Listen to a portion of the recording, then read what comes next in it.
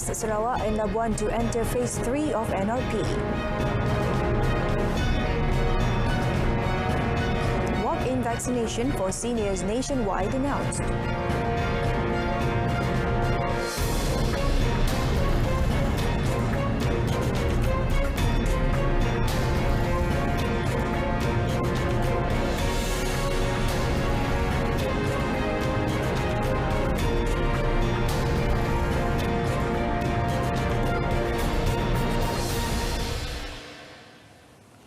Hello and good evening. Thank you for joining us. You're watching News at 10 with me, Shuhaida Arifin.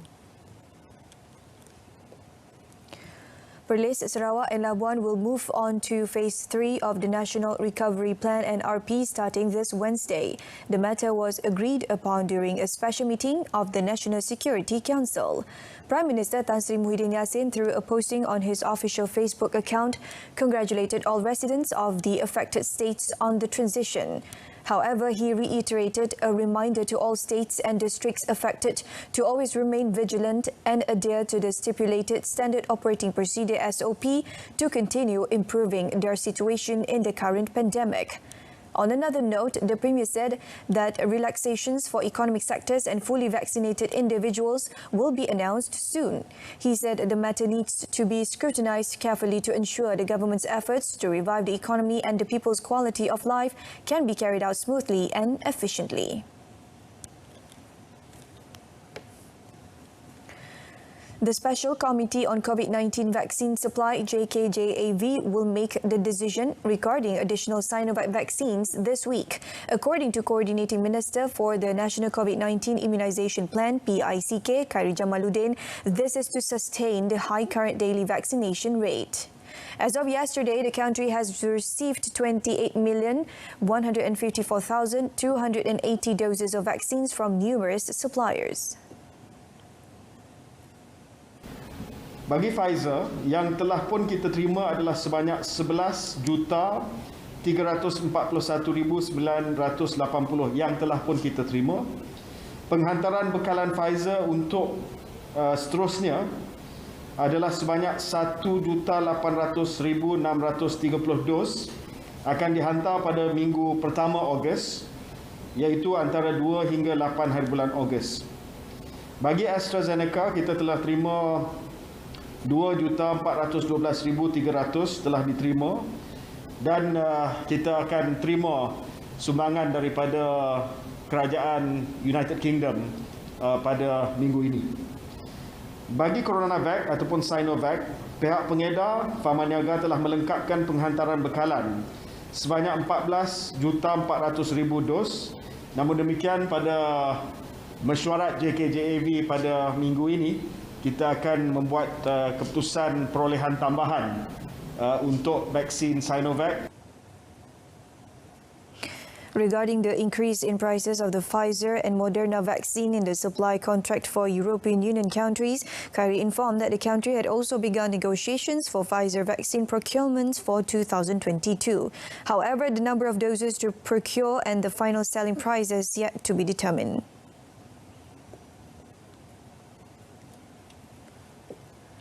In a related development, two criteria for distribution of vaccines to other states in Malaysia will begin effect this month to balance out the vaccine administration rates in states which record the lowest rate of vaccination. The move was made to strive for a 40% vaccination rate among adults in all states nationwide by the National Day celebration on 31st August this year. Jadi dua kriteria akan kita guna pakai untuk pengedaran vaksin pada bulan Ogos. Yang pertamanya meneruskan fasa 4 iaitu kawalan wabak, di mana vaksin akan dihantar kepada kawasan-kawasan yang diperlukan seperti mana dulu kita buat di Labuan dan kita buat di Lembah Kelang. Dan yang kedua, berdasarkan kepada usaha untuk kita memastikan negeri-negeri yang mana mungkin peratusannya masih lagi agak rendah berbanding dengan negeri lain dapat meningkatkan peratusan yang telah divaksinasi. Meanwhile, Khairi said the COVID-19 Immunity Task Force (CITF) has decided to extend the walk-in vaccination policy among elderly citizens aged 60 and above to all states nationwide. He said the decision was made based on current statistics at the national level, which saw 95% of registered elderly citizens already receiving their vaccine jab.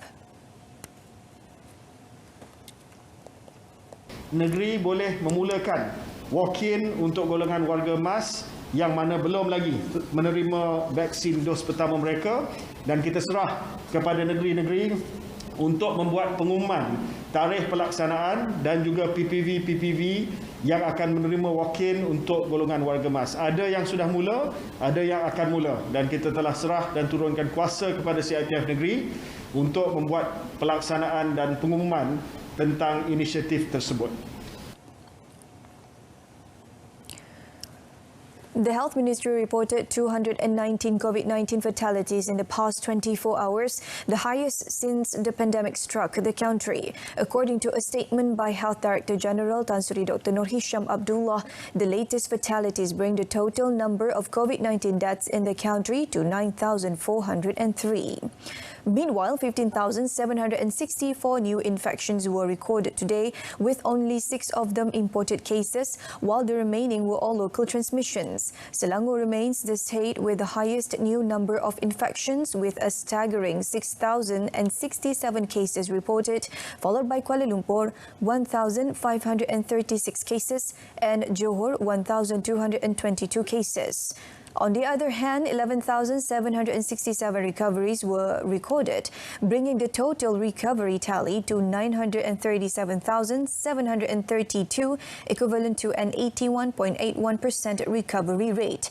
Following this development, there are currently 199,051 active cases currently being monitored by MOH. This includes 1,063 cases being treated in intensive care units ICU, with 532 of them requiring respiratory aid. Police will call the members of parliament, MPs and those involved in the gathering at Dataran Merdeka today to give their statements on the event. Kuala Lumpur Police Chief Dato' Azmi Abu Kasim said all of them were being identified. Elaborating further, Dato' Azmi said the case is being investigated under Section 9 of the Peaceful Assembly Act 2012, Section 269 of the Penal Code, and the Prevention of Control of Infectious Diseases Act 1988, Act 342. Pihak polis telah menerima satu maklumat yang daripada media juga mengatakan bahawa hari ini akan berlaku satu perhimpunan solidariti bersama, saya tengok tajuk itulah solidariti bersama Anwar Ibrahim di parlimen, dan kita juga telah menyemak dengan parlimen yang memaklumkan bahawa tiada persidangan pada hari ini lah. Justru disebabkan itu kita telah membuat sekatan dan juga lencongan tidak membenarkan kenderaan dan orang-orang persorangan atau individu-individu daripada masuk ke parlimen lah. Itu asas tindakan kita pada pagi tadi lah. The KL Police Chief added that approximately 500 police personnel, including from the Federal Reserve Unit FRU, were mobilized to control the situation during the march. Yesterday, the MOH recommended for all meeting sessions in Parliament to be postponed for 2 weeks, beginning 29th July, following the detection of COVID-19 cases and concerns about the risk of infection. A total of 88,034 foreigners have been repatriated as part of the recalibration for illegal immigrants repatriation program. Immigration Department Director General Datuk Khairul Zaimi Daud said a total of 107,524 foreigners had taken part in the program as of 1st of August. Elaborating further on the matter, Datuk Khairul Zaimi said of the 88,000 foreigners, 56,154 were Indonesians, 16,194 Indians and 11,510 Bangladeshis. He also said that the Immigration Department has taken steps in establishing 20 new counters for illegal immigrants at short-term car park on level 2 of Block B at the KLIA. Jabatan Immigration dengan bantuan kerjasama daripada Malaysia Airport Berhad telah mengambil langkah segera bagi memperbaiki pengurusan program recap ini. Di sini ruang menunggu yang lebih luas disediakan dengan kapasiti di antara 800 sehingga 1,000 orang dan kemudahan-kemudahan lain yang disediakan termasuklah industrial fan bagi memberikan ventilasi yang lebih baik. Kios menjual makanan dan perkhidmatan photostat dokumen juga disediakan. Turut disediakan oleh MAB ialah surau dan pada kali ini penjarakan sosial dapat dilaksanakan melalui susunan kerusi yang lebih teratur. The Immigration Director General noted that besides designated counters at KLIA, they also opened special counters at Tulang Laut, Johor on 1st of August, and a total of 109 foreigners have been sent back through the counter. 8 counters will also be open at KLIA 2 on 4th of August. Datuk Khairul Zaimi said the majority of those who took part in the program had overstayed between 3 to 5 years. The presence of undocumented immigrants have led to losses of about 130 million ringgit in levy yearly for the government. The Sarawak state election will be held within 60 days from the date of the state of emergency proclamation for Sarawak is revoked or annulled. According to a statement by Election Commission EC Secretary Datuk Ikmaruddin Ishak, the Commission has taken note of Prime Minister Tan Sri Muhyiddin Yassin's statement on 31st July on the emergency proclamation by the Yang di-Pertuan Agong Sultan Abdullah Riayatuddin Al-Mustafa Billah Shah.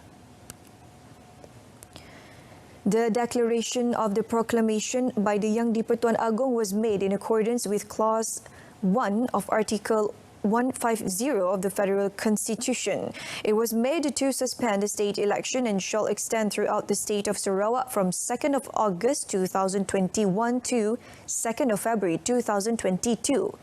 An ordinance was promulgated by the King under Clause 2B of Article 150 of the Federal Constitution, known as the Emergency Essential Powers Sarawak Ordinance 2021 PU subsection A324. He said under the provisions of the Clause 3 of the Article 21 of the Constitution of the State of Sarawak, the State Legislative Assembly that should have been dissolved after 5 years from its first meeting had no effect pursuant to Section 3, subsection 1 of the Emergency Ordinance. The Sarawak State Legislative Assembly should have stood dissolved on 7th June, 5 years from the date of its first meeting. However, the provision could not take effect due to the implementation of the Emergency Essential Powers Ordinance 2021.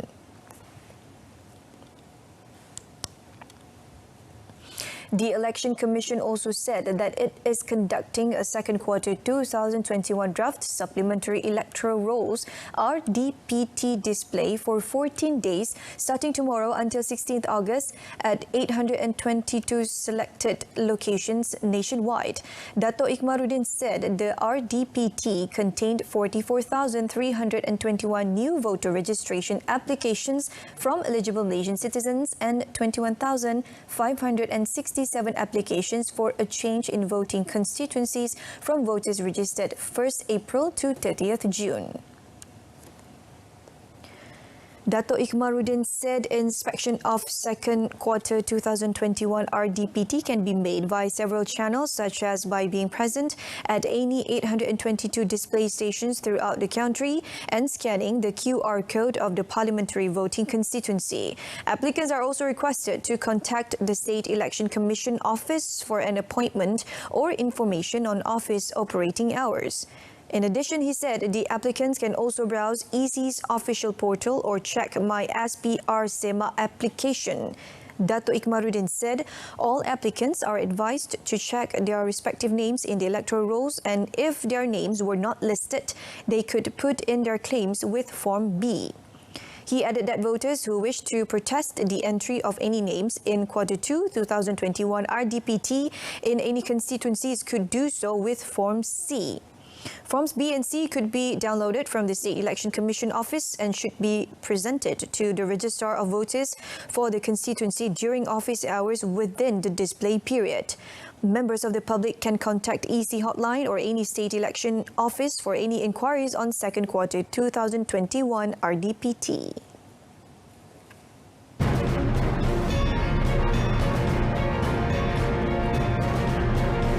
Coming up next, government to continue creating ecosystem to attract investments. Stay tuned.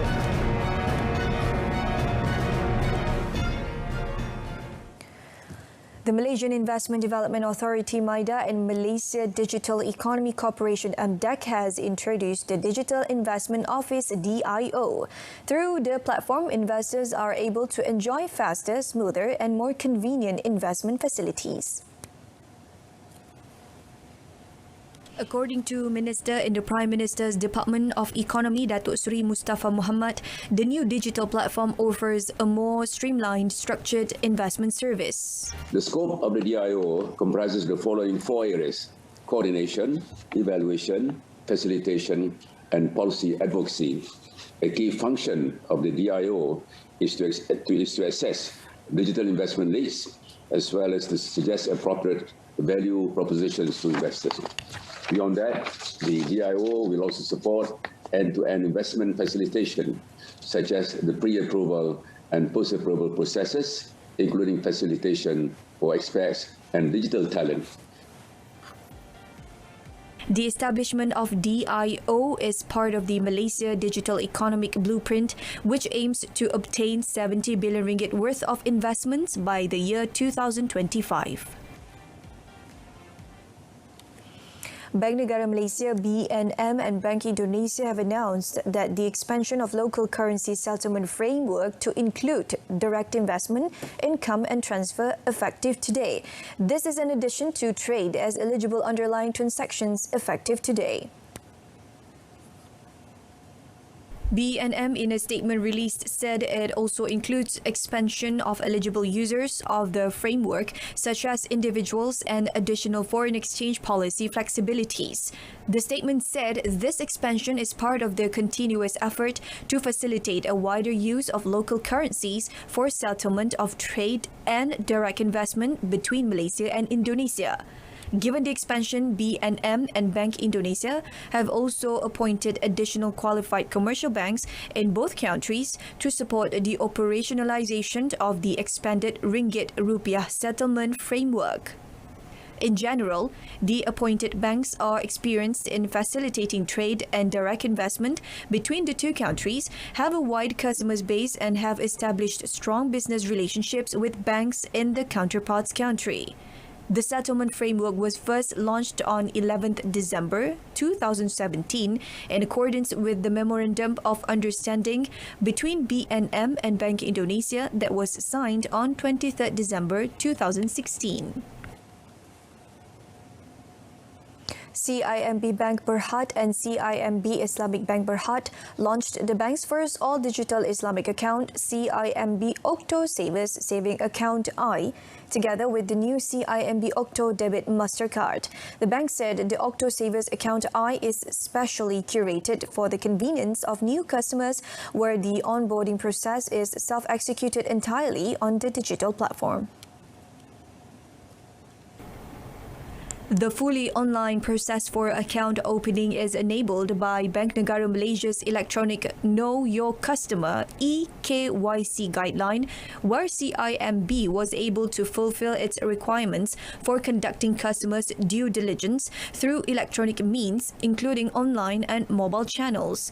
CIMB Bank Group Consumers Banking CEO Samir Gupta said the introduction of Octo Savers Account I and Octo Debit Mastercard is a significant milestone for the group's digital journey and is also timely, especially in the current environment that has accelerated digitization efforts.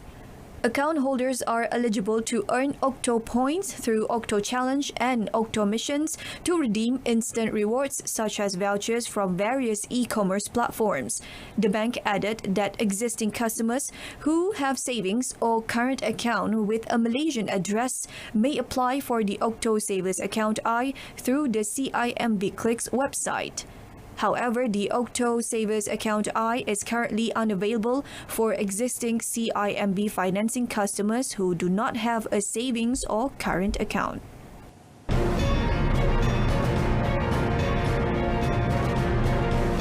Myanmar winger Ong Kong Man was the hero for Pahang when he scored the solitary goal to help his club beat Petaling Jaya City 1-0 in the Super League at Darul Makmur Stadium last night. The only goal of the match meant that Dola Saleh's boys collected a full 3 points on home ground.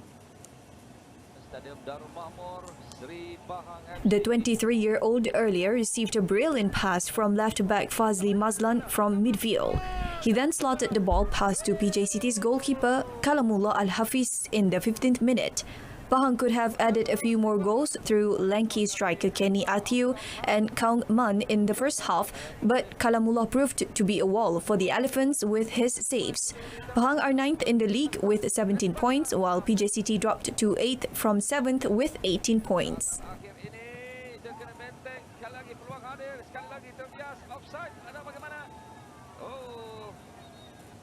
That concludes news at 10 in our top story. Perlis, Sarawak and Labuan to enter phase 3 of NRP. Tune in for more updates at noon tomorrow. I'm Shuhaida Arifin. Stay tuned to Saluran Berita RTM and have a good night.